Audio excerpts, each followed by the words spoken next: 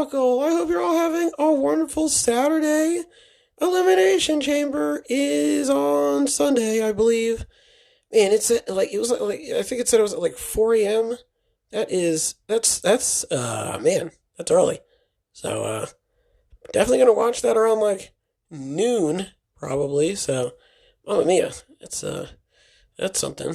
I bet the jet lag is, it's off the charts. Hello! Yeah, that was it. Elimination Chamber, coming around the bend. I do want to watch it, but I'm not watching it live. If you think I'm doing that, then you're out of your mind. People aren't going to watch Elimination Chamber, man, because sorry, I was itching my back, sorry. Bro, if you're in the UK, it's at like 2 o'clock in the morning. And then if you're in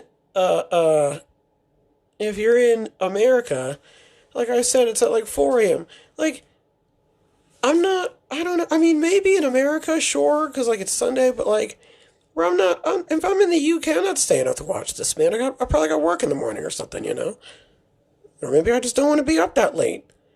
Trying to wait for that to end.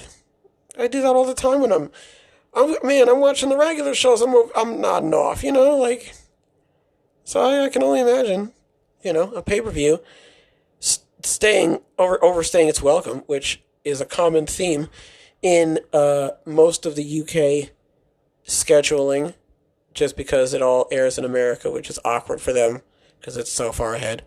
So it already comes on at it already comes on late, doesn't it? They have to I know when Russell Talk and Call the Hulk and them do all the live streams, they stay up pretty late.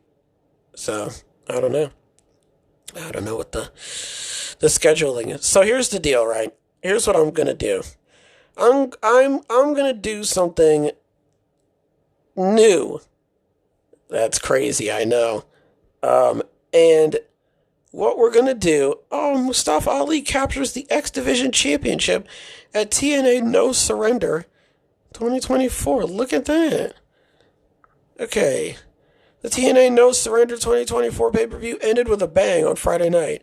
Former WWE superstar Mustafa Ali continued his 2024 world campaign by capturing his first championship gold in TNA wrestling. Look at that. Jake something. This is on Twitter. This is TNA. At Jake something _. Will be watching the X Division Championship match closely. So I guess that's his next opponent, Mustafa Ali. But okay, so that wasn't the segment. So I'm gonna do a new segment. We're gonna workshop a new segment live right now, and I'm just gonna do Raw, NXT. I don't know. I don't know. Raw, NXT, AEW, and SmackDown. If that's the case, then I'm just gonna try and saunter through these, because that's a lot of shows to talk about. So, alright. We're going to do this. We're going to do Raw. This is from February 19th. And it was in the Honda Center in Anaheim, California. And then the first match was Cody Rhodes versus Drew McIntyre. Was it? Because didn't he attack him afterwards? Drew McIntyre, attacked him at the end, didn't he? Or am I just absolutely... See, this is why I didn't want to do it. Because I don't remember. Alright, hold on a second. Foreign exchange. See, I'm not doing the play-by-play. We're going to be here for 70 years. Right? I'm not doing the play-by-play. Alright, hold on a minute, man. Counters with the pedigree, short arm versus by McIntyre. Rhodes goes for the Cody Cutter. McIntyre counters with a Glasgow Kiss. McIntyre Future Shock DDT, 2 count. McIntyre ascends to the top. Rhodes punches McIntyre in the back. In the back? Rhodes with the superplex. Rhodes lands the Super Cody Cutter for a 2 count. Rhodes prepares for the Crossroads. Rhodes knocks Jimmy Uso off the ring apron. Oh yeah, and then Solo comes out. Solo counters with the Samoan Spike. McIntyre connects with the Claymore to pick up the victory. Yeah, okay. Oh yeah. Andrade, he's It wasn't bad. It was a pretty decent promo. I actually liked one of NXT. Man, we're gonna be here for a long time. I'm a third generation luchador. I didn't have a choice. My grandfather, father, my uncles, my cousins. I don't want to read all this. So Andrade Alito cut a promo, and so far nobody has really like said anything to him, which isn't a bad thing. But like, I don't know. You kind of want to like get in front of that. That might just be me. You kind of want to like maybe establish like one or two interactions of some kind, just so that he's not just like floating around, you know. Adam Pearce catches up to Cody Rhodes in the trainer's room. He's going to issue out a fine to Jimmy Uso and Solo. Is there anything he can do for Cody? Cody said he's fine. Rollins walked in and gave Cody a look that it's time to go to war. Okay, yeah, so we're going to talk about this. We're going to talk about this like way more. So whatever. They're doing Seth Rollins and Cody Rhodes versus The Rock and Roman Reigns night 1 at WrestleMania. Okay, last chance battle royal. Okay, and then it was Raquel Rodriguez, Shayna Baszler, Zelina Vega, Albert Fire, Chelsea Green, Zoe Stark, Mia Yim, Isla Dawn, Katana Chance. Every time I see that, I think of Brian Alvarez. Xia Li, B-Fab, Elektra Lopez, Ivy Now, Maxine Dupree, Candice LeRae, Andy Hartwell, Natalia, Tegan Knox, and Valhalla. They give you the order of eliminations. I'm not doing that. Oh, man. I wanted Chelsea Green to win that so badly, man. I wanted her to win. Because they did the thing where they tried to give you the Shawn Michaels British Bulldog fake out, and she ended up getting tossed out anyway. I would have loved Chelsea Green in the Elimination Chamber. I would have loved that. Listen, shouts out to Raquel Rodriguez. If there's anyone who deserves it, it's Raquel Rodriguez. But, I would have loved Chelsea Green in that. Oh yeah, they do these, man, and it's so obvious. Okay, the Rhea Ripley and Nia Jax interview. So first of all, when Michael Cole or Corey Graves are doing the thing where they're talking from the desk, you could hear them in the mic, in the announcer mic, and they're talking to Nia Jax and Rhea Ripley. From your couch, this is all fine and dandy. What the fuck is going on in the arena? Can we hear Michael Cole? Right? And here's I've seen some fan footage of like what the cameras look like. It doesn't take up the whole screen, which I understand. But like I feel like the screen is not big enough. You know? My point is that it would just look awkward looking at Rhea Ripley and Nia Jax talk to each other. So they talked. Nia, you can keep talking all the crap you want. You can attack me from behind all you want. At the end of the day, when you stand in that ring in Perth, Australia, face to face with me, and you hear everyone in that stand screaming mommy, you're going to crumble. All of your momentum is going to fade away. Your nightmares, they're going to become a reality because you'll find out that you're not just good enough. So I will see you in Perth. And then she got up, she got up and didn't take the battery out first. So she gets up and then starts taking the battery out. So she's like, I'll see you in Perth. Which is just great. Nia is just staring. I mean, Nia genuinely, and I'm not just like, this isn't an insult. She literally looked like a piece of wood. I don't know. That just was a thought that I had in my head. That's not an insult. I don't know. I think it was just the fact that she didn't have a reaction. She just listened to what Rhea said at the end, and Rhea got up, and I didn't really shake her head or anything. So, all right. Truth, I know this is a complicated relationship for you, so I want you to take, Jackie Redmond's exclusive interview with R-Truth when I first met the Judgment Day. Oh, yeah. Okay, listen, I don't know what's going on with Truth. I don't know what's going on here. The whole, Kevin Owens or Miz, is that you? And it's not the Miz. That's not funny, because it's duh, that's not funny. You know what I mean? But I like the whole, him being in Judgment Day and, having a whole, side hustle thing. That was pretty funny. That's good. But now it's starting to get to the point where unless the whole idea is that he's just crazy, because he is. I mean, the storyline in kayfabe, he is fucking nuts with the little Jimmy thing, and the truth shall set me free and all that. So, UFC fighter Michael Chandler grabs the microphone and challenges Conor McGregor to a fight. Cool. I mean, if there's anywhere I would have told you that he was going to cut a promo a call-up promo on Conor McGregor, it would not be in the front row of a Monday Night Raw taping. I wouldn't have guessed that. But if that's what sells tickets, then please. Judgment Day versus DIY and the Awesome Truth. It was an 8-man, that's right. I'm not reading all that. Judgment Day. Priest nails Truth with the bell clap. Priest connects with, South of Heaven, yeah. I was so glad they won. And I think I remember saying in my head, I was like, bruh, and this is it. No more of this. Like, we're done. Like, this is over. Like, no more Truth and Judgment Day. Like, him hanging around, it would genuinely start getting, like, it'd be kind of stupid, so I was hoping that this would be done. Get a video recap of The Rock. Oh, whatever. Jackie Redmond had a backstage interview with Sami Zayn. He's got a bit of a story. You know what? I said that he didn't have a storyline. That no one else but Drew McIntyre. Well, I mean, Sami, technically, like, if that's the case, then Sami also does have a storyline going in of, like, his path to WrestleMania and how he's going to get there and all that sort of stuff and what he's going to do and everything like that. And it is, personalizing him, and I do like it. But so far, nothing is happening. It's just him saying the same thing over and over again, How is he going to handle this continued run of adversity? Man, adversity. He's made a decision to hit a pause button with Drew McIntyre. When it comes to obsession, he gets stuck. He can't do it because it's WrestleMania season. He knows there's a path for him towards WrestleMania. This is talking about Sami Zayn, by the way. So I thought this was... He can't do it because it's WrestleMania season. He knows there's a path for him towards WrestleMania. It's not delusion. He feels that in his heart. He'll find a way to create history and win a championship at WrestleMania. Sure. Listen. Becky Lynch, Liv Morgan, Rebecca Rodriguez, Naomi, TV Stratton. Oh, yeah. When they all came out like one by one, whatever, man. Nia came out, and when I tell you beat the shit out of all of them, okay, them in my ding-a-ling hard. That was the greatest shit I've ever seen in my life. Okay. Fuck, man. That was great. And then, so the massive brawl, and then Nia Jax just destroys him. All right, Shinsuke. Oh, yeah, that's right. Sami Zayn, that's right. He's calling him out. Sami Zayn, you want to be a contender? First of all, fighters fight. True fighters don't whine everyone and try to get a spotlight. You want a spotlight? I'll give you one. If you think you're an underdog, I'll make sure you stay that way by defeating you once again, by breaking you again, by dragging you to the very bottom. Then you can bask in everyone's sympathy. But I will show them that the contender is a pretender. You want more Shinsuke? Anytime, anywhere.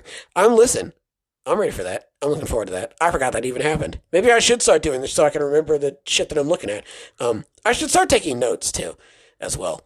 All right, how long are we going here? We're at 12 minutes. All right, I should really keep checking that in because I have an hour limit, but, man, that really should not take too long. I hope this doesn't. Anyway, listen, I'm excited. I can't wait for it. Match at Mania, I'm all for it. Game over Cyvar. I'm glad this is done. Are we over with this now? Is this feud over? Is this done? Are we not doing this anymore? Because this is boring. Like, no offense to them, but, like, nothing's happening. Nothing's developing. It's just the same, like, combination of matches that everybody's having over and over and over again. It's like, listen, shout out to Ivar. I love that he's, like, doing something and he's, like, being included, and I'm all for that, but, like, this feud is not doing anything for anybody, so can we please move on? Thank you. Kathy Kelly had a backstage interview with Drew McIntyre. Drew says that Cody Rhodes has been on a roll of a lifetime. The savior of WrestleMania handed Cody his second loss. Was Drew's victory tainted tonight by the bloodline? Drew says not at all. He knows that people are calling him hypocrite for not going after the bloodline, but he has to focus on the Elimination Chamber. He's looking at the bigger picture. He's going to beat LA Knight on SmackDown, then he'll fly to Australia, win the Elimination Chamber, advance to WrestleMania, and become the World Heavyweight Champion, because he's a true workhorse of this company. The New Day says they have finished business with Imperium. Next week, they'll fight Imperium in a street fight. That match is going to be great. I can wait to see that. Gunther versus Jey Uso for the Intercontinental Championship. Apparently, he was going to win this. Well, apparently, he was speculated to win this up until 6 o'clock p.m. on the day of the show. I don't know why. Bit odd for that. You don't need that. You don't need... listen. Okay. And this is when Jimmy interrupts, isn't it? Is that the end? This is the end of it? Wow. Jay Uso Gunther wipes out... Oh, yeah. Okay. Follows the overhand chops. Second forearm exchange. Jay delivers 3 spears. Jay rolls Gunther back into the ring. Ducks a clothesline from Gunther. Nails Gunther with another spear. Connects with the Uso splash for a 2 count. Jimmy Uso, oh yeah, so he goes with the splash. Jimmy Uso starts hammering the ring bell. Gunther chops the back of Jay's neck. That could kill him. Jay rolls Gunther over for a 2. Super kicks Gunther, wipes out Jimmy, and security guards with a suicide dive. Oh, yeah, on the side, that's right. Goes for the Uso splash, but Gunther gets his knees up in the air. Gunther with the inside cradle to pick up the victory. After the match, Jimmy attacks Jay from behind. Jimmy super kicks Jay. Jimmy says no matter how big Jay gets, he will always be the big brother. Okay, so this feud kind of came out of nowhere, and I don't like this because my argument was if you're going to do it, then now would be the best time, but like this seems so very abrupt. Is it just me? Because I definitely did say, hey, you should start the feud, and now they're starting the feud, and now I'm a bit upset. But I don't like the way they started it. It just feels a little bit like, I would have liked a promo. I would have liked Jimmy coming out personally and being like, hey, not a lot's been going on with me lately, and you know who I have to blame for that? Jay Uso. And Jay could come out and be like, you have yourself to blame for that. Like, that's something that you could branch off of and do that with. Like, it feels like it'll have a more, like, dynamic start as opposed to Jimmy just sort of, like, randomly popping up and stopping the match from happening. That doesn't make a whole lot of sense to me. But we're starting, so it's like, okay, like, what, fine, I guess. You know what I mean? Like, I'm not gonna lose my mind about that. So, okay, you know. Now we're moving on to NXT. This is from the WWE Performance Center in Winter Park, Florida. Oh shit! Shouts out to at the Hoots Podcast, at the Hoots Podcast. Hoots, HOOT, and then it's at uppercase, yep, at uppercase T, uppercase H, and uppercase P. The Hoots Podcast. All right, Oba Femi versus Lexis King. This wasn't a great match. I didn't think this match was like, you know, knocking it out of the park. I also don't think Byron was on form tonight either. Sorry, Byron, but I don't know, man. You just weren't hitting it. You just weren't hitting all of them. Some of them were fouls. Some of them were bouncing off. Like, it just wasn't doing it for me. But yeah, this match wasn't terrible. This match wasn't great. Oba Femi versus Lexis King for the NXT North American Championship. The match wasn't that great. Thea Hale is dejected over how her Valentine's Day date went. Man, with Riley Osborne. Iona Grace pokes fun at JCJ's ability to be Thea's best friend. JC tells Thea that she can't do everything for her. Which is true. Sure, listen. I don't know what to say about Thea Hale. I don't know what to say about Riley Osborne. I mean, JC Jane's been doing great. Thea Hale has been doing great. Her character's been doing great. She's great in the ring. She's been doing great. And Riley Osborne's doing great. I don't know what the storyline's going to develop, but I think the only thing that I care about is that this is producing, like, screen time and matches for them. And for Riley to not win the tournament, but to still be featured prominently on TV, that's what you want, right? So, you know, everyone's kind of like playing their role the best way. Tatum Paxley is grateful that Lyra Valkyria had her back last week. Lyra says that Tatum doesn't have to be the hero. Tatum is willing to do anything Lyra wants. Lyra wants her to stay away from her title match tonight. She'll have a special surprise if Tatum keeps her promise. Man, so that was great. The Wolf Dogs. Okay, so sorry, I was talking about the main event. Anywho, Lyra and Tatum, this relationship, I guess. Sure, kind of odd, you know. It's giving. What was it? Trish Stratus and Mickie James, you know, obsessed. Not like rated. Not like M obsessed. Just PG-13 obsessed. Less kissing and fondling. More just like, you know. More just like. There we go. Sorry, I was making sure I wasn't echoing. More just like creepy. So. Are we going over the time limit? No? So 20 minutes. Alright. Hold on. Something vibrated. Don't stop recording. Recording in progress. Yes. No? What was that? What happened? Nothing. Alright. Still recording? Yes? Hello? Okay. Sorry. My phone vibrated. I don't know if you heard that. It's freaky. Anyway, so odd. It's odd, but it's supposed to be odd. So, I don't know what the end goal for this is. So, the Wolf Dogs Championship Celebration. So, they came out, back and forth. I was happy about this. This is great. I actually thought this was a good segment. So, Wolf Dogs come out. And they're just like, hey, Ray, we won, which is good. Shouts out for them. I am really happy for Baron Corbin and Braun Breaker. This is great for them. And then, comes out. Chase U comes out. And, school spirit and calendar shoved up your asses. Easy, dude, because what I think we are right now is a teachable moment. You see, the former champs promised us a shot at those NXT Tag Team Championships, and we're not taking no for an easy. And then Nathan Fraser and Axiom come out. And then Axiom says, yeah, and in case you don't remember, we were closest to beat Braun and Corbin out of any of the other tag teams in the Dusty Cup. So if there's anyone that deserves a chance, it's us. And then Ava comes out, and Ava's like, all right, we'll have a number one contenders match. So shouts out to Ava's been doing fantastic. You know, Frank West, fantastic. Okay? She's been doing great. Okay. Kelly Kincaid had a backstage interview with Roxanne Perez. Roxanne says that Ren shows a lot of promise and she sees a lot of herself in her. Being happy to be here just won't cut it. You will see other superstars get opportunities that you deserved. Roxanne continues to complain about getting passed up. Along the way, you become callous to other people's feelings and realize that the only person that can make you happy around here is yourself. Lyra and Shotzi, Roxanne hopes they're watching her match because she'll be watching theirs. Ooh. I like the attitude that Roxanne has. I do. Because this is, I like the character development that she's undergoing. This is good and it's natural and it fits well with everything that's been going on. And, you know, I'm not going to lie, I was getting a bit stale to her initial character, her original character, and I like that this is a nice change and it's like paced well, and I'm looking forward to seeing more of her. I really like what they did. Roxanne Perez with Ren Sinclair, average match. You know, Roxanne wins. Oh yeah, that's right. She goes for the pop rocks, but then stomps and then hits a crossface. I like that. New music and new outfit, please. Noam Dar gives Lads Legend some encouragement ahead of her match tonight. No Quarter Catch Crew interrupts the conversation. He's getting tired of them ruining the vibe of Metaphor's Lounge. Noam has to adhere to a catch clause. Drew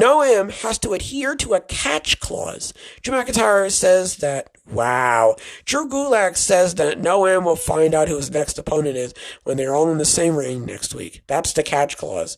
So he's like, oh, and I like the kayfabe where he was like, I can't train because I don't know who I'm gonna face. I like that little detail. I thought that was nice. So then we got Brooks Jensen and Josh Briggs. This was actually a really good match. I actually really enjoyed this match. I thought this match was actually pretty good. And Josh Briggs won. And Brooks is in the middle of the ring and he's kind of dejected because he lost. And he's just staring up at the lights.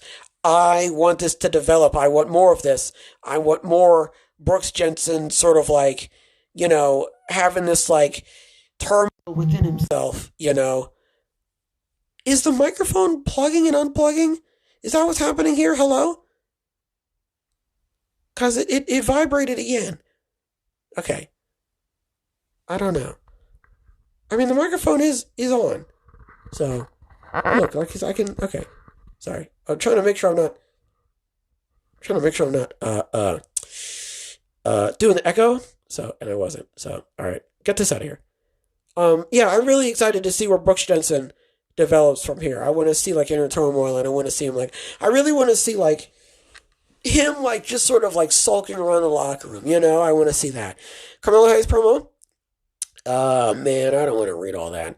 I let you put Trick before Mello in the Trick Mello game just to amuse you. The whole time I was just amusing hold on, I have to touch that. Okay. The whole time I was just amusing myself, thinking that you would be ahead of me in anything. To stay at the top, you have to be ruthlessly ambitious. You have to have that killer instinct. Do you think that I'm stupid? You thought I didn't see the signs? I knew you wanted to have your shine sooner or later, Trick. I saw you side-eyeing my championship. I felt the envy with every accomplishment. I'm your biggest competition, so I knew sooner or later, unfortunately, I had to get you before you got me. Which, you know what? That's fair. I mean, it's the average tag team member betrays tag team member deal where it's like, oh, it's either I was always better than you, you were in my shadow, you know, or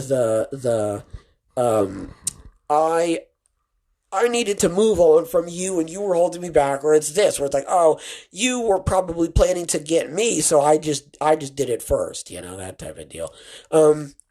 it's not bad. It's just like, I get the explanation and it makes sense, and it's like, it's moving the character along. Trick is like, they're building up a massive Trick return, and I feel like that's going to be at Stand and Deliver. Unless Stand and Deliver already happened. I don't think it did. I think it was Vengeance Day. That was the last one. It was. So, that might be what they're setting up for Stand and Deliver. So, we'll have to wait and see. J.C. Jane with Thea Hale and Jasmine Nix versus Ariana Grace. Oh, yeah. And then, with Jasmine Nix. That's right. So, she's in a match. So, they're fighting, they're in a match. And then at the end, I think, like, J.C. Jane wants one of them to, like, do a heel move, and Thea's kind of conflicted, and then Jasmine does something, and then JC wins, and then JC and Jasmine are hot dogging. Hold on, my arm, it's tired. I want to rest it, but I have to hold the microphone in such a way where I don't make the crinkling noise while I'm talking. Anyway, so JC and Jasmine are Jazmyn. Man.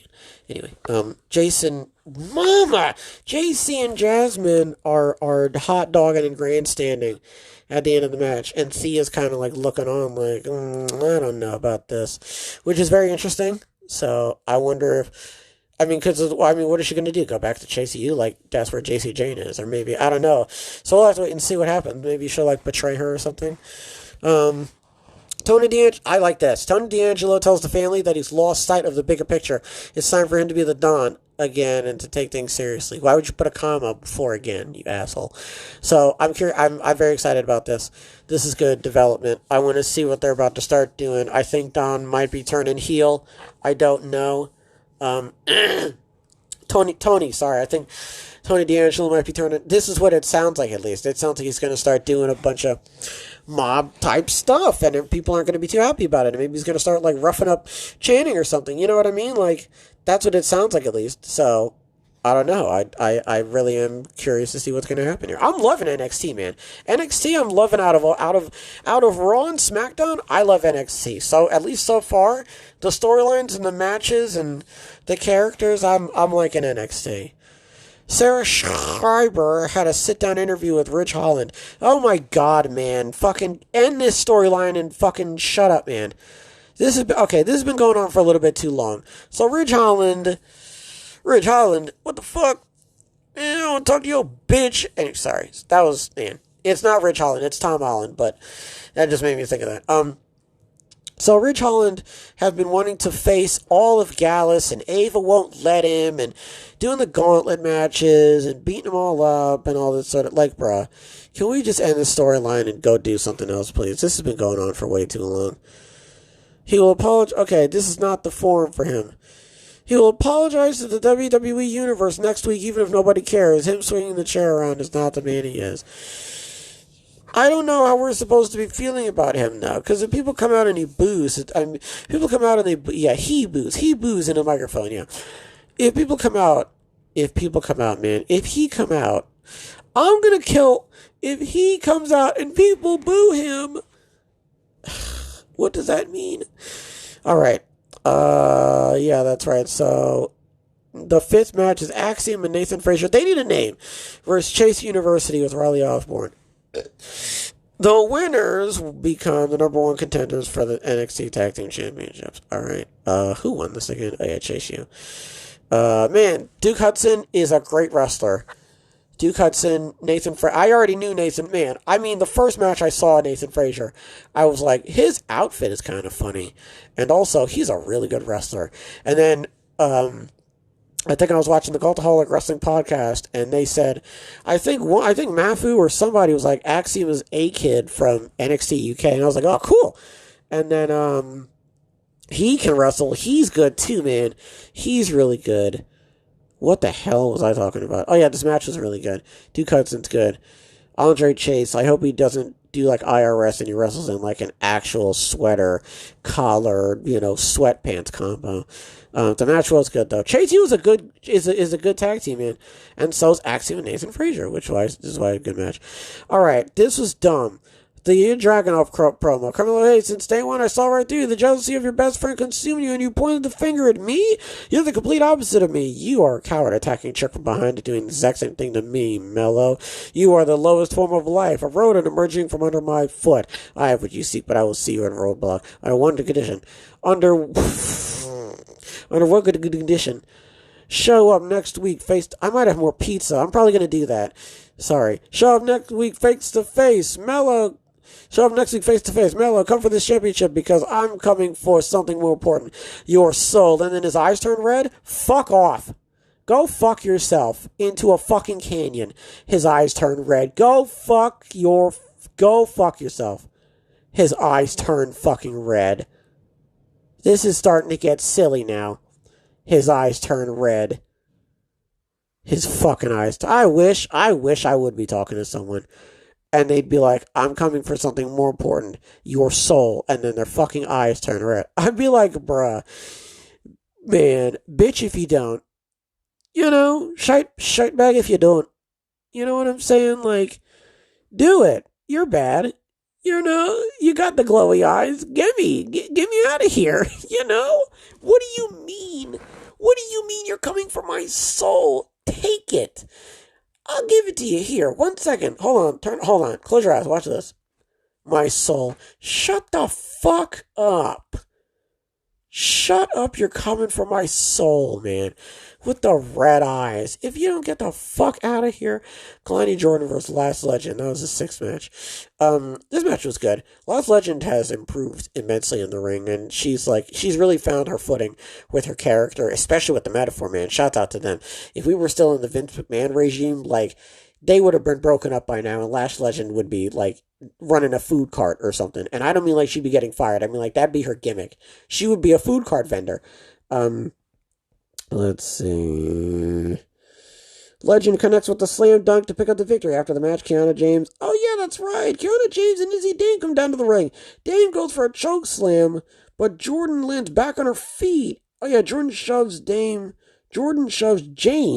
towards Dame. Jordan retreats to the outside of the tight. She flips out, and she gets out of there. So, developing feud for Kalani Jordan. That's good. She's a really good wrestler. And the 7th match is Lyra Valkyria versus Shotzi for the NXT Women's Championship. Alright. So, I didn't even watch this match because I knew exactly what happened.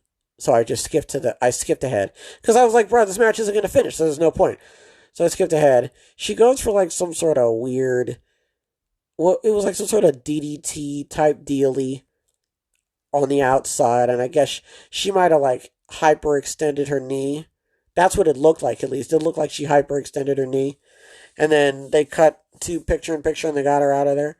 And then Ava came out and was like, all right, I'll fix this. And she made it an open challenge.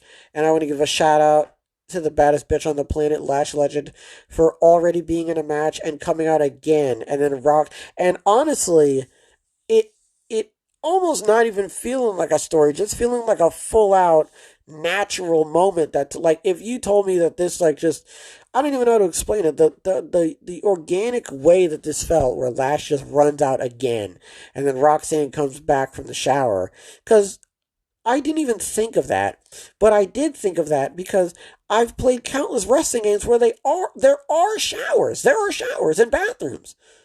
And it's yeah, you would shower after a match. Why would you walk around sweaty and stinky? That's terrible. You'd hate that. Anyway, so, Sean, they do the open challenge. Lush Legend comes out, and then Legend puts Valkyria on the top turnbuckle.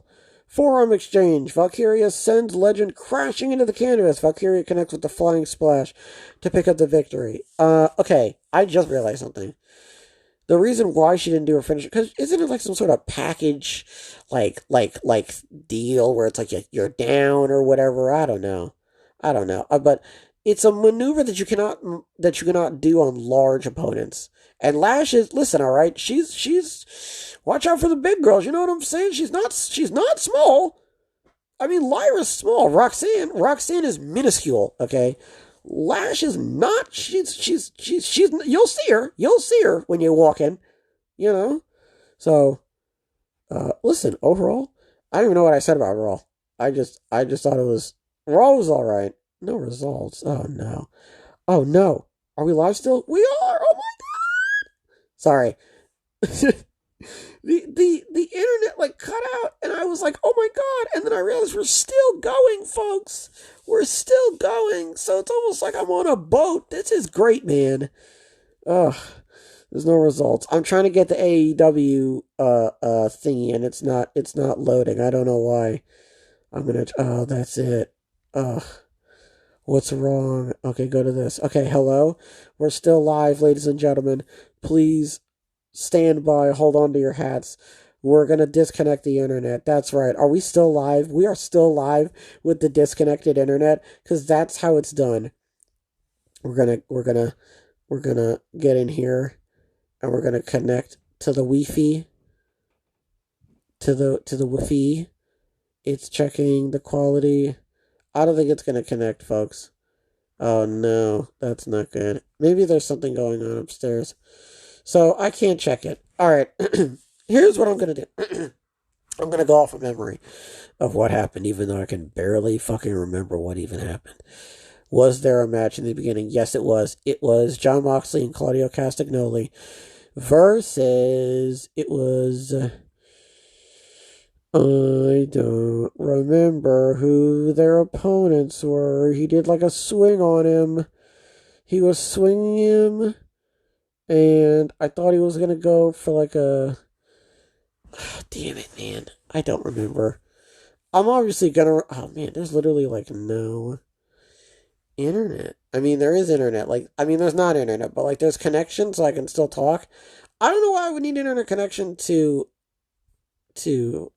record. You don't need the internet to record. So look at you. Just connect. Oh, thank God. We're back. Like, Lord have mercy. All right. Okay. I should probably look at this more. This definitely will help me out. I don't know. Oh, yeah, that's right. Season 10. We're done with Season 10. No more Season 10. We're moving on to Season 11. Abstract, geometric, green. That's what I've got. That's what I've got on my mood board right now. I've got abstract, cube, geometric, 3D. You know what I'm saying? Something like that. I'm thinking of putting I don't know. I'm thinking of so many different things. I'm going to work on it more over the weekend, but that's what I've got rolling around in my noodle right now. We're done with Season 10. We're moving on to Season 11. Ladies and gentlemen, thank you so much for sticking along with me. We're not ending. I'm just saying I want to give a shout out to everybody who listens to me and who watches me. You're all fantastic, and I don't say that enough, and I apologize. But you know what? I'm going to give you the honest truth, man. I'm just so focused on trying to like put out a good product or a product that I like. You know what I'm saying? And I never stop to just sort of like turn around and like look at all that I've done and stuff. So like, I want to give a shout out to everybody who's watching and listening and whatnot. You guys are great, and I love all of you, and you're all wonderful, magnificent, beautiful flowers that deserve nothing but happiness and love for the rest of your life. All right, AEW Dynamite, Blackpool Combat Club. Oh yeah, FTR, that's what it was. Great match. I already knew that though. Oh yeah, it was a draw. That's right, it was a draw, and they were like just about to hit the big rig, and it ended up being a draw. Love that. Keep that coming. Don't ever stop doing that. I love that. I love that is a factor. I love that AEW has that. I kind of don't want WWE to get it just because it's so AEW, like, unique, you know? So I really like that. So is this by a different person? Published 3 days ago by Mike Mulcazian. That's a name. Mike Mulcazian. Wow. Okay. Give me one quick second here. This was published by... Okay, the Raw results were published 5 days ago. Well, duh. Fuck me. What do you mean? Of course they were. Joshua Lopez. So, Joshua Lopez, and then it was at something. Who was it? At the Hoots Pot. Hold on. Joshua Lopez again. Joshua Lopez again. So, Raw. And then, what's AEW? AEW is someone different? Let's see. Mike Mulcazian, yes. Okay. All right. So shout out to shout out to Josh Lopez and Mike Mulcazian. All right. Man, I'm so sorry if the audio's just been, oh man, that probably sounded absolutely terrible, and I apologize dearly for that. This audio was just absolutely scuffed, and I apologize, but my arm is tired, and I want to lay down, so leave me alone. Alright. It's Blackpool Combat Club versus FTR. Again, match ended at a draw. This is really good. I really like this. Yeah, the fight did continue after a pull apart brawl as the entire locker room emptied out. Renee is with Orange Cassidy. The pull apart brawl was nothing. It was like, alright, whatever. You know what the problem is? I see it so many times now that it's like, whatever. Renee is with Orange Cassidy in the back. Oh yeah, Renee lays out the last 2 weeks of Cassidy's life, and somehow Doc Sampson says Cassidy is still clear to wrestle tonight. So she talks about all of the matches that he's been in. He was at Rev Pro. And he's got, like, not, like, injuries, but, like, he's been in a lot of matches and it's weighing down on him, and, like, it pans over to the Doc, and the Doc is like, technically, he's clear to wrestle. Like, the Doc is like, listen, technically, yes, if he wants to wrestle, he can. Like, I can't stop him, so he goes out there. Like, FTR are with Jack's boy, Alex Marvez. Jack King's boy, Alex Marvez. Dax, what was his name in what culture? It was not Babyface, was it? Jack the Jobber, that's what it was. It was Jack the Jobber, that's right. Okay, sorry. Anywho, FTR are with Alex Marvez. Dax a match at Revolution. But before he can finish his thoughts, here's the BCC. Oh yeah, they come out again, that's right. Oh yeah, that's right. He was like, yeah, Revolution. So I'm assuming they're just going to put that up. That's going to be great. I mean, I love the match, and I do genuinely want to see more. So, like, you know. AEW International Championship, Orange Cassidy versus Mike Bennett. This wasn't a terrible match, right? I mean, listen, it's great. Mike Bennett is a really good wrestler, and so is Orange Cassidy. I knew Orange Cassidy was going to win, so it's like, you know, there's no stakes, you know. Jake Hager makes the save. Mike Bennett and his tag. The point is, Orange Cassidy starts getting fucked up at the end. Post-match beatdown. Post-match outnumbered brawl. Jake Hager comes out to make the save. To Orange Cassidy, man. Jake, man, do your own thing. Because all this is going to mean is that Jake is going to start hanging out with Orange Cassidy and he's going to say some stupid shit. Jake needs to be doing his own thing. He's in a match on Rampage, but it's with one of the Ring of Honor. I don't remember them. Matt Taven and like somebody else. I'm sorry, but the point is he's not winning that, and it's like, what are we doing, man? Oh my god! All right, yeah, Jake Hager makes a save. Angelo Parker is in the back with Renee, and tonight's the big night, date night. Oh yeah, that's right. Angelo Parker, they've got to go catch a lift as Ric Flair pulls up in an Escalade. So they're dating. And that's literally it. Like, I think there was, like, other stuff going on. I think Paige has a storyline going on right now. Sure, you know, made a Simpsons reference. That's great. You know, I don't know what's happening. And I'm going to be honest with you, I don't care. Renee is here with Ric Flair. Flair said he's upset that he's not a bigger part of Sting's last match. So he's going to explore some other options. Flair said he thinks he deserves better as he goes to knock on a door that belongs to the Young Bucks. Let's talk. Listen. I'm here for this. I am. I'm here for this. You know. I would like to see where this goes. I think the initial promo that Matthew and Nicholas cut, it sort of like rubbed me the wrong way. I think I absorbed it improperly. It went down the wrong pipe. And now that this storyline, I think now that now that I understand the wingspan of the plane that we're like riding along in here, it's like, okay, all right, I get it now. You know, like this all is, it's all like meant to be happening. You know what I mean? Like that's the point. You know, I like Rick getting involved. It adds a bit of stakes to it. You know, I don't think Rick needs to be getting like in the ring involved, but like the fact that Rick is playing a part in this is really good. So. Tony Schiavone welcomes Daniel Garcia to the ring. Schiavone lets us know that Adam Copeland is on the shelf. Right, so Adam Copeland got injured. I don't know how. I think that was on Collision. Can I be honest? I don't watch Collision. I don't. I don't watch Collision. I'm sorry. I don't watch Rampage. I don't watch Collision. I don't watch TNA. Like, that's God. Ugh. Anyway, sorry. Jinder Garcia will get an opportunity to face Christian Cage for the AEW TNT Championship at Revolution. But he's not going to... Listen. I don't want Adam Copeland to win the championship back. I don't. I really don't. I want Daniel Garcia to win the championship. I think he deserves it more than Adam Copeland. And you know what? That's not even fair to say because Adam Copeland has legitimately been, like, fighting his way back up the rankings. And the match has been great. And, you know, shout out to Adam. But, like, I don't know. Maybe it's just because I love Daniel Garcia and I don't know. He has done a lot too, though. Right? And I feel like he also qualifies, at least in my end. I don't know. So...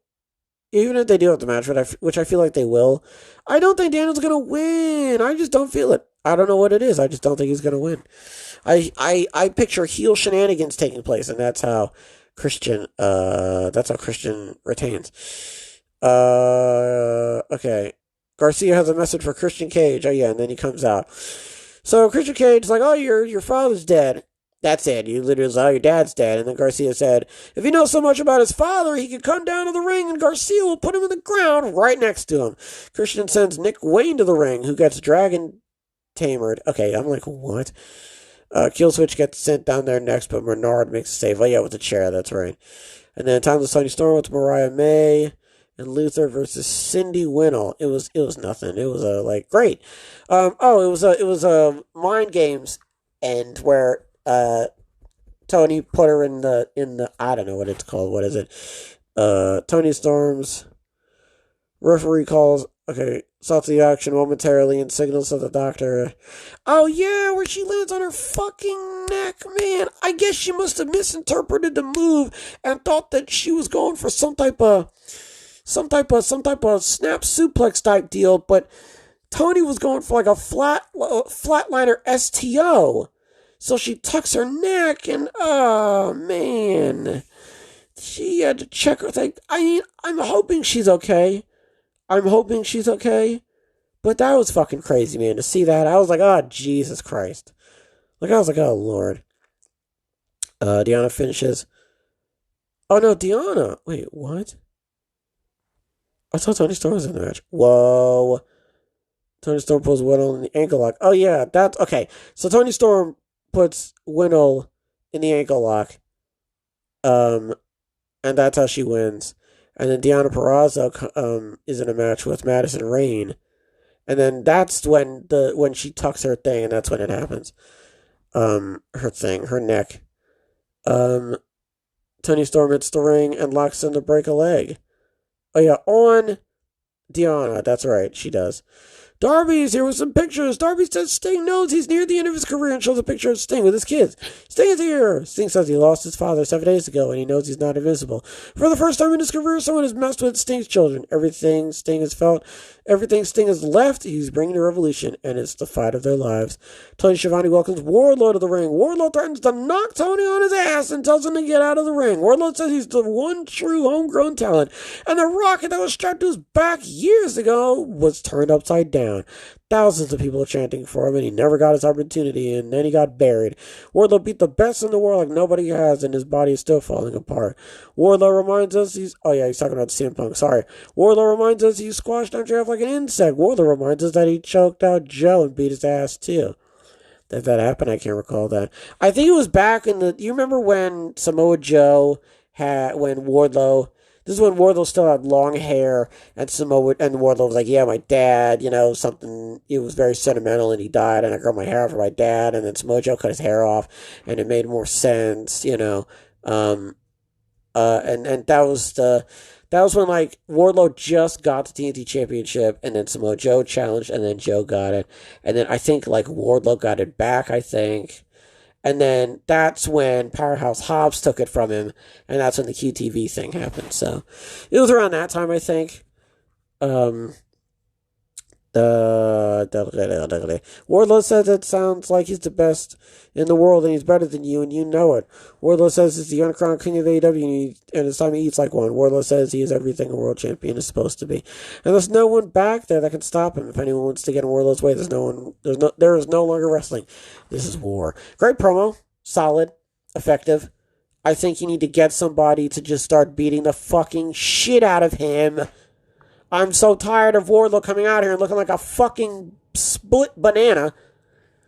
Fucking get somebody to knock that dickhead over with a 2x4, but the 2x4 snaps over his fucking dome. And then he chokes them until they turn green.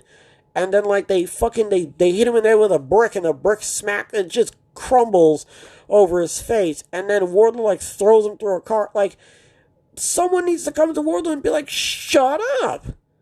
Like, shut the hell up, Wardlow. Shut up. No one cares.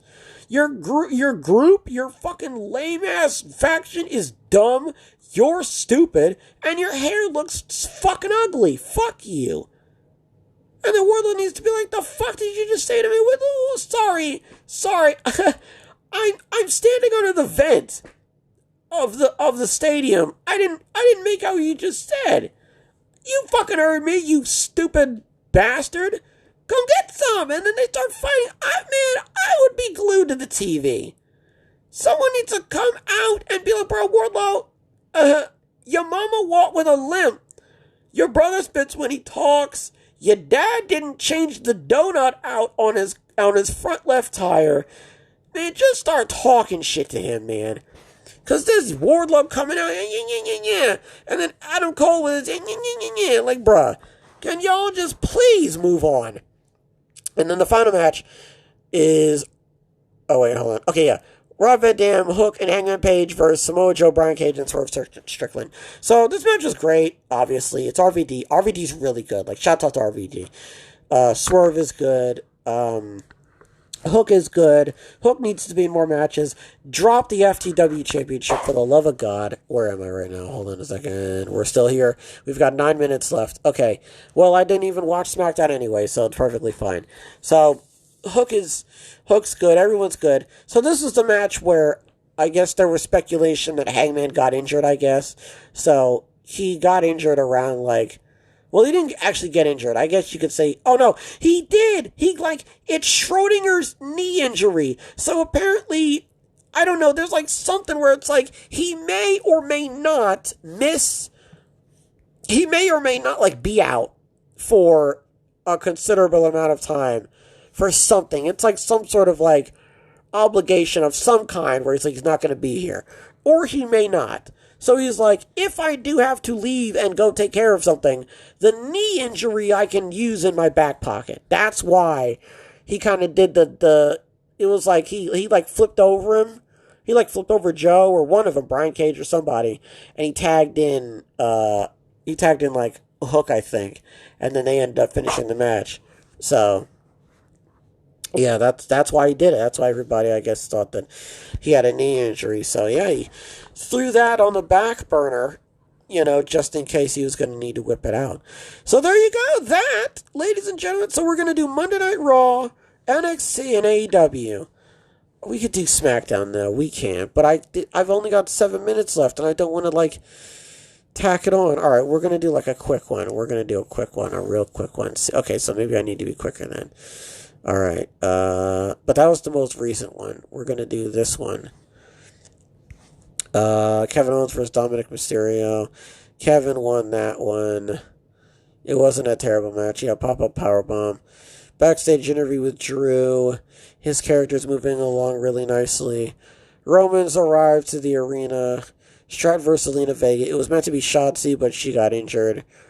OC confronts AJ Styles in the locker room. Carl Anderson says that AJ Styles forgot where he came from. Did I skip over the part? Oh, that happened in the match, didn't it? Did I skip over the part in NXT where fucking the OC showed up and they called out pretty much all the tag teams in the division? I thought that was really cool. Shout out to them. Bailey. Oh yeah, so this is the three of them. They were backstage and they cut a promo on Bailey. The Damage Control. I can't read all of it. I don't have enough time. I only have 6 minutes. And Dakota, if you think you can turn on us with no consequences, then you're just as stupid as Bailey. I like that. I like that because Dakota, well, it almost feels like Dakota didn't make a decision in my mind. It feels like Dakota kind of like did that just because she didn't want damage control, on her bad, like she didn't want to be on the bad side of damage control, and now she is because she made a decision with the chairs and whatnot, And it sort of feels like she's not really with Bailey, So I'm very interested in this. Also, the pain with the Final Testament versus Javier Bernal and Bo Morris. They didn't even. There was no commentary. The match just ended. Byron Saxton had a backstage interview with Logan Paul. Tonight is his very first match on worldwide television. Logan says that everybody should go on social media and thank him because he's going to knock out The Miz. Logan Paul versus The Miz in the men's elimination chamber qualifying match. Which that was Paul hyperextends the right leg of Miz, connects with the one lucky punch, plants Miz. Oh yeah, he was like going for like some sort of weird maximum recording time. Okay, he was going for some sort of weird like STO type deal, I guess. It was like and then they called it like the Paul crushing finale, which is like, okay. Naomi versus Alba Fire, women's elimination chamber, and it's like, yeah, Alba Fire's not winning. Shout out to Naomi. That match was kind of, I'm not going to lie. Dakota Kai tells Bailey that she needs her help. Bailey understands where Dakota's coming from, but now's not the time because she doesn't know who she can trust at this point, which I like. Nobody's being an idiot. Nick Aldis introduces Braun Breaker as his new major free signing. Next week on Smackdown, Pete Dunne and Tyler Bate will battle Dominic Mysterio and JD McDonough. The Street Profits will collide with the Authors of Pain, plus LA Knight challenges Drew McIntyre. Wait a minute. We saw this already. Wait. Yesterday. Right. Okay. Help! What? And then The Rock comes out. And then this is the one where he points up his thumb, and everybody thinks that he's going to turn on him. And I thought that this was like, alright. Like, it wasn't terrible. It was pretty generic, but like then there was like speculation that when he was saying like, "Oh, you're a loser," and I'm gonna show everyone that you're a loser. Everybody was like, "Oh, that's him talking to Roman," and then with the thumb, and I guess that means something. I don't know. So I guess we're just gonna have to wait and see. It all sounds really interesting. SmackDown was all right. It wasn't too bad. I like the qualifying matches, and there you go, ladies and gentlemen. There you go. That's the segment.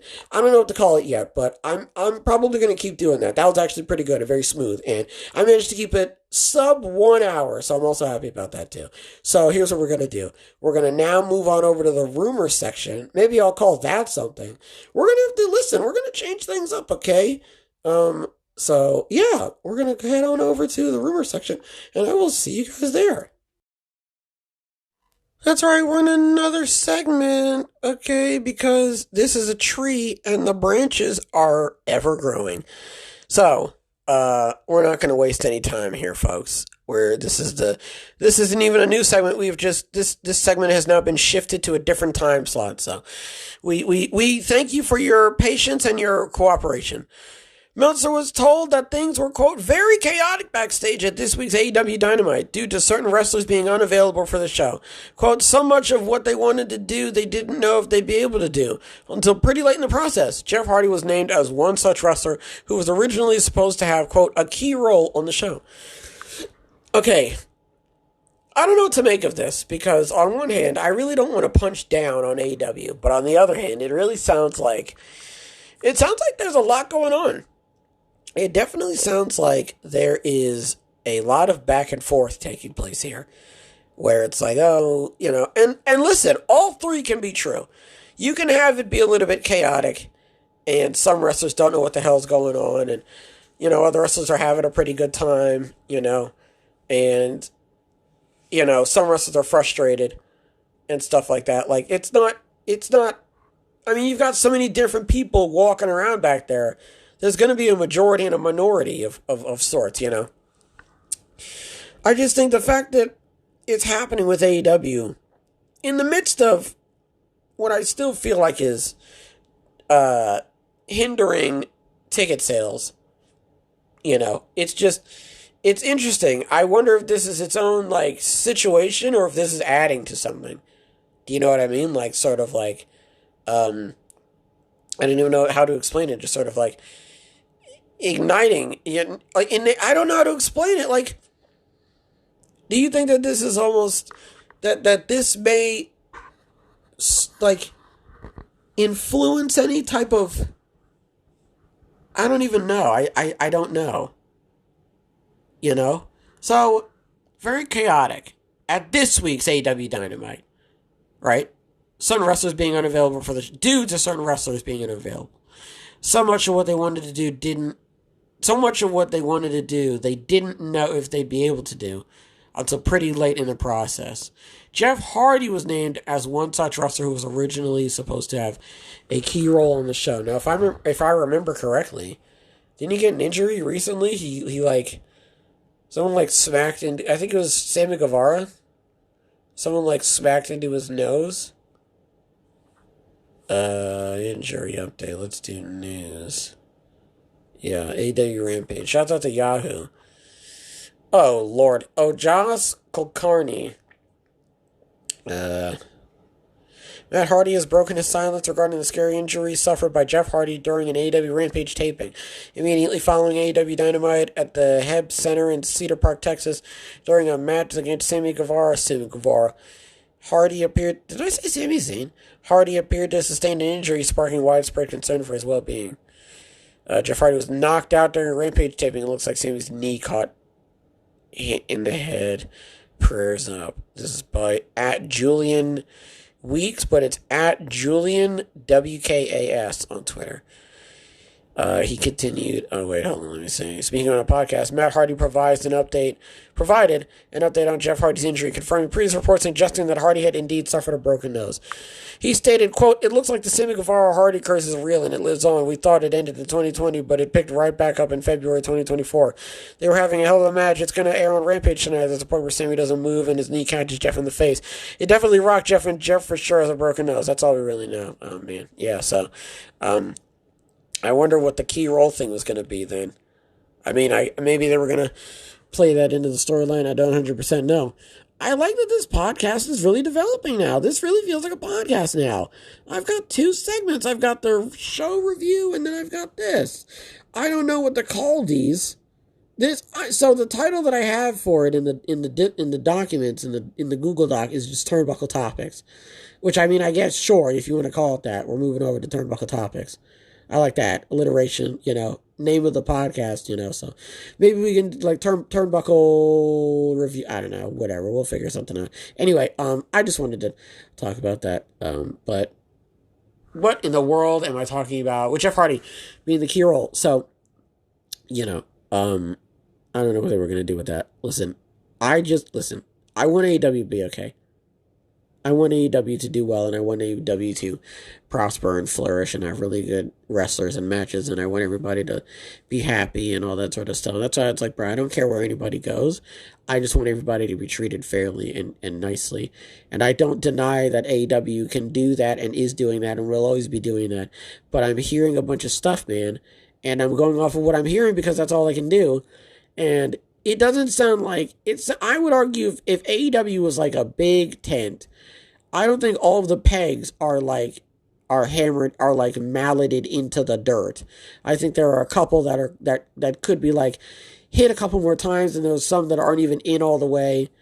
And Tony's like, well, we don't need all of them out. And I was like, okay, but there's like pockets of rain, pooling on the roof because we haven't pulled all of them out, so maybe we should start doing that. And it's obviously causing a lot of like fluctuation between the company and everything, and you really don't want this to be the downfall. But I don't even know how to explain. If AEW went under, then you could definitely look back at something like this and think to yourself, was this like the beginning of the end in some way? Was this something, to go off of and be like, oh, did this contribute to it in some way, You don't have to ask that question, but you would be able to, given the context, So, again, I don't want anything bad to happen to AEW. It's just, I don't like hearing all the bad stuff that sounds like is going on. At sites such as BetOnline, Becky Lynch is a big favorite to win the Women's Elimination Chamber match this Saturday. So, I mean, there's really not much else to say other than everybody is pretty much sure that she's gonna win. Like, everybody's pretty much confident that Becky is gonna go away to win. I talked about this on Ringside, where I was like, I would love it if Tiffany Stratton won. I would love it if Naomi or Liv Morgan. I was like, bro, if anyone in that match deserves it, it really should be Liv Morgan or Raquel.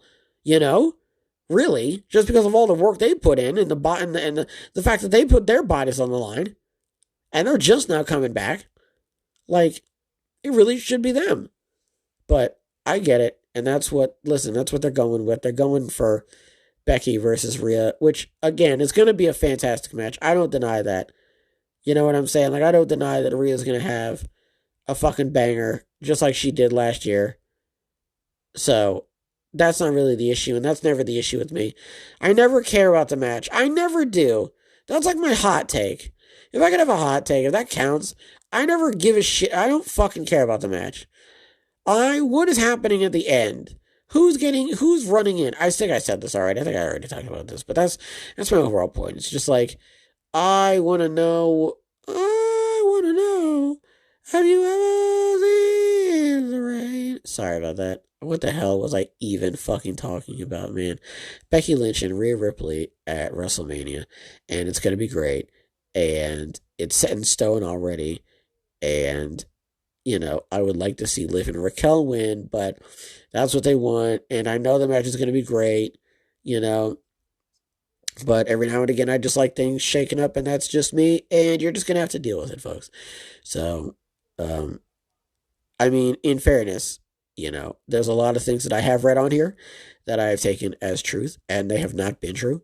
So, they said, no, to be fair, they said she was slated. They didn't say she was in. They said she was slated, meaning, like, I'm going to assume that meant she was considered, but, I don't think that was it. I wonder what she was in the office for then, because there was like a thing going on, and then the camera pans, and it's Adam Pearce with Jade Cargill to his right, and then and Braun Breaker to his left, and they both have contracts or something. I think Jade was definitely there, unless I'm just going nuts. But she's not in the Elimination Chamber match, so I wonder what that means. I wonder what's gonna happen. So it definitely should be Becky, either way. WrestleVotes notes that they heard there were, quote, multiple people within the company under the impression Jey Uso was winning the Intercontinental title on Raw. This was apparently on show rundowns, quote, as late as 6 p.m. I don't understand why you would have him win it. It doesn't make a whole lot of sense. I did literally just talk about this with Jimmy and Jay and how the feud kind of started abruptly. And if you really wanted to, gun to your head, yes, you could have the Intercontinental Championship play a role in the feud, but you don't need to. And this feud did not need to start this way. Also, this is a weird start to the feud. Like, you can definitely hold the A button down too long when you're about to start a race on Mario Kart and blow out your engine. Like, there's a technique to this, and you fucked it up on the first hurdle, but it's too late now. We've already started, so now we kind of got to see where it's going. And I'm not going to lie, I wasn't on board with the Matthew Nicholas Young Bucks thing, EVP's gimmick characters, but now I'm kind of understanding it, and I get it now, and it's fine. So I'm hoping that the same thing is going to happen, if that ends up being the case, by the way, with Jimmy and Jay, which I'm hoping it doesn't. I'm hoping that they can, because there's so much. Like, Jesus Christ. There's so many layers to this cake.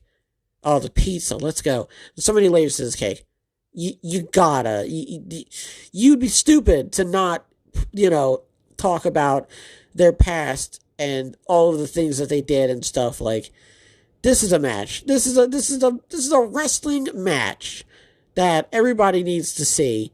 And I am here for it, and I want this to be really good, and I don't think it's going to live up to the hype that I'm building up in my own noggin.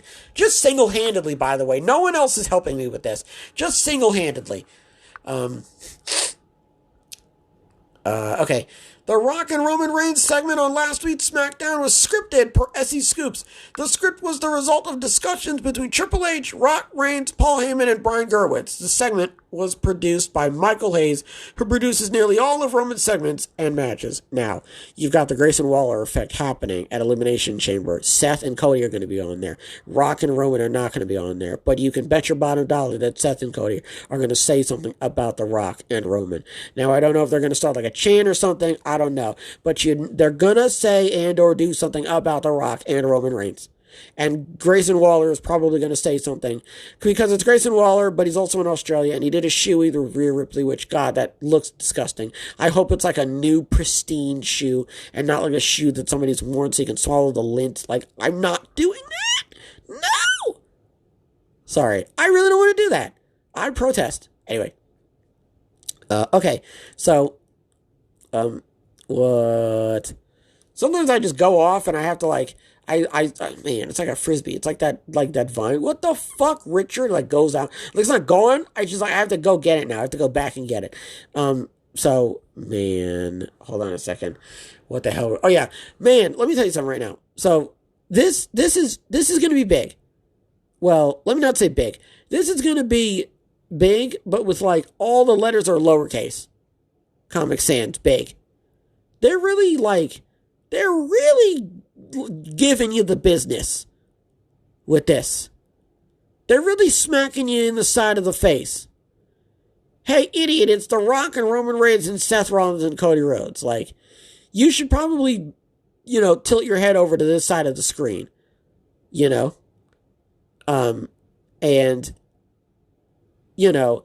that's great. I don't know how to explain this. This is what you want. It's going into WrestleMania. It's The Rock, Roman Reigns, Seth Rollins, and Cody Rhodes. Like, if there's anyone who you're going to, you might as well strap all of the propulsion systems and apparatus that you can gather around the facility. You might as well throw that on all four of them. If anybody else, if no one else, right?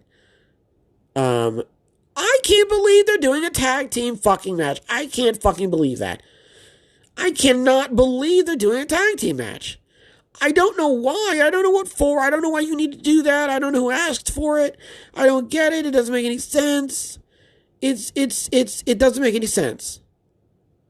But they're doing it, and when I tell you that everybody is frothing at the mouth, and I know it's going to be a good match, but like, it's The Rock and Roman Reigns versus Seth Rollins and Cody Rhodes, like, on night one of WrestleMania. This match should be happening.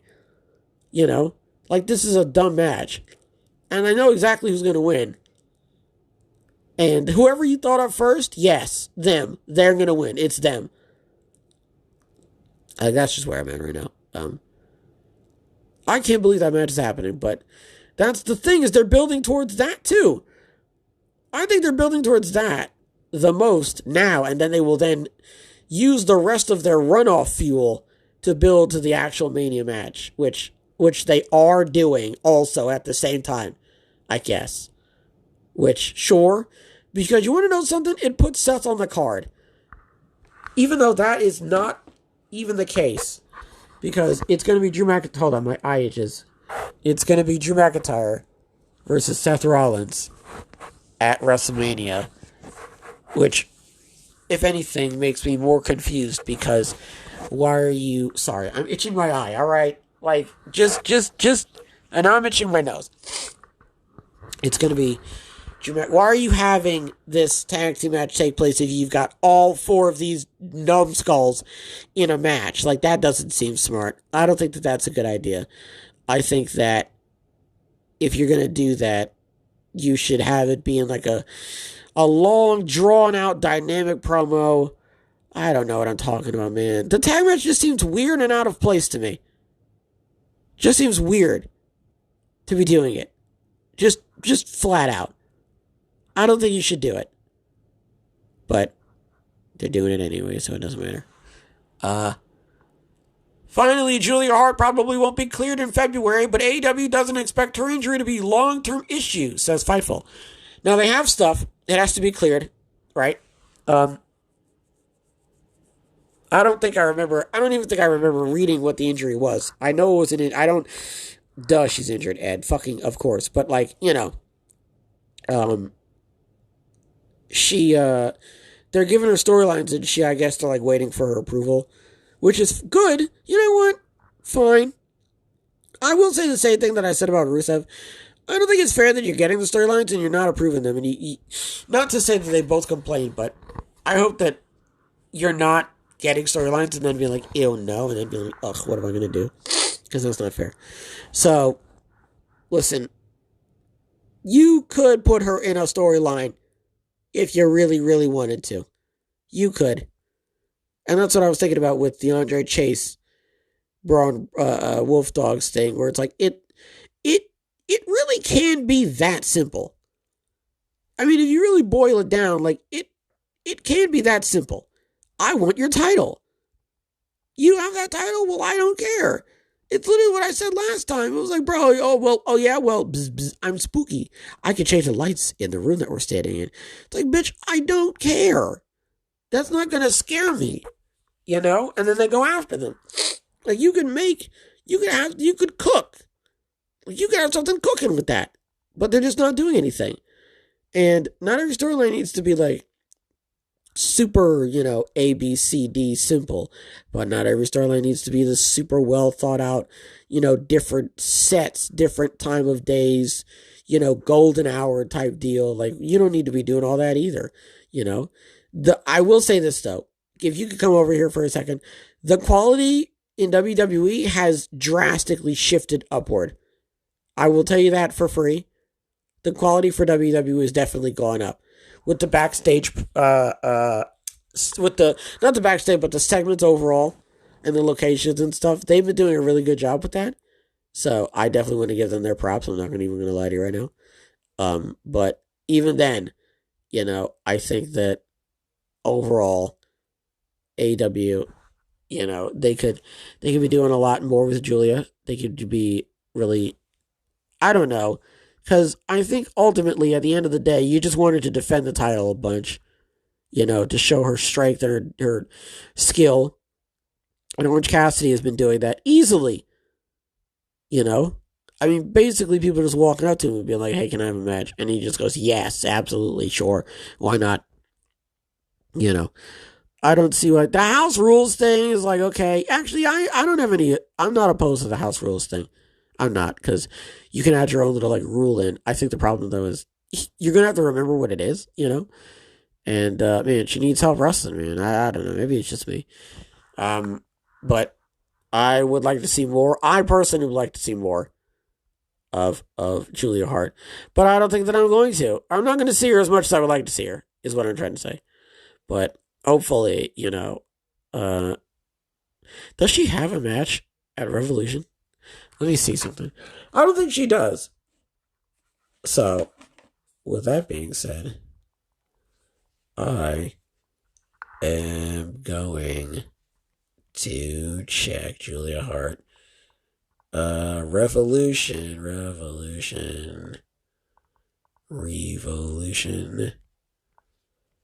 I don't know. I'm just Revolution 2024. Let's see. Update on Julia Hart might return to action in AEW. Okay, all right. So I don't know. I just wanted to see, just to make sure if she had like a match or something. Because I don't remember things. God. Okay, Lord. Folks, get off of me while you go and pack your bags so that we can start heading out and make our way over to the train so we can get to Rumination Station. That's right. That's right, we're here, ladies and gentlemen. It's Rumination Station. That's right. And this time, I put the sound effect just right next to me instead of just putting it directly in front of me and me having to, talk, past it, which didn't really make a whole lot of sense. All right, we're going to get through this because my phone is on 19%. All right, so, why do I have to pay ATM fees? Not me, but this is the article written by Jake Rawson. So maybe Jake is wondering why he has to pay ATM fees. There can be a particular kind of thrill associated with using an automatic teller machine, or ATM. A series of analog clunks counts and spits out cash. Okay. And you realize you've had to pay. Okay. I never really like to copy the beginning part, because it's usually just like the, Have you ever had, that type of deal? The disappointment comes when you realize you've had to pay a surcharge to access that money. Sometimes those charges multiply. In 2023, the average ATM fee amount was $4.73. So why are we paying for the privilege of taking out money that already belongs to us? I never take out money from ATMs that is like over that, man. Like, bro, that's why I never like taking money out of casinos. The answer is twofold. If you're going to an ATM that your bank considers out of network, yeah. Meaning the machine is unaffiliated with the institution, that the private owner of that machine is looking to monetize it by collecting what's known as an operator fee. That operator might also be the owner of the property where it's located, maybe a gas station, bar, or other small business.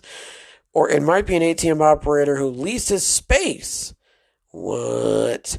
Either way, there's no incentive for them to offer a fee-free transaction, especially when it costs them money to rent and maintain their ATM footprint.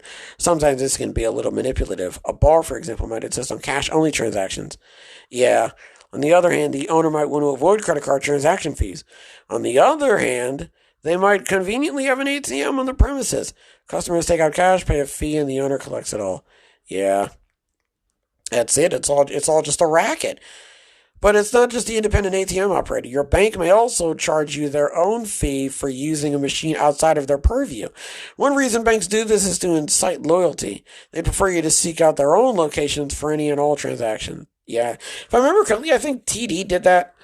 TD, I had a fee if I transferred money from like somewhere else, I think. I can't remember. The second source of fees is when banks charge a premium to use their own in-network ATMs. Sometimes this happens when you exceed a certain number of free transactions in a given month. Other times it's simply because the bank is in a fee frenzy, tacking on charges for everything from cash withdrawals to overdraft penalties. That's ridiculous, and if I ever find myself stuck in something like that, I would kill myself. Overdraft fees are the devil, and if I have to pay to take money out at an ATM affiliated with a bank that I already go to and have an account from, I'm going to blow up a forest. There you go. I don't know.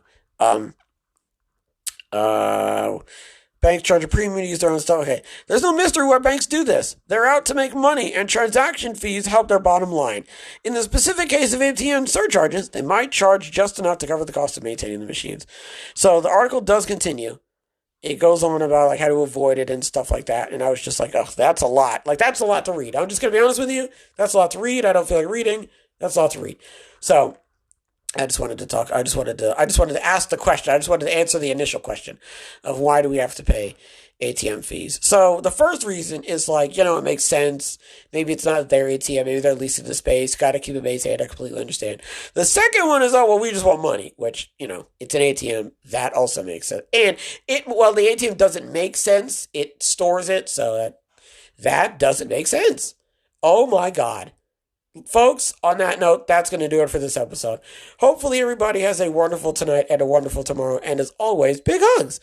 Big hugs all around.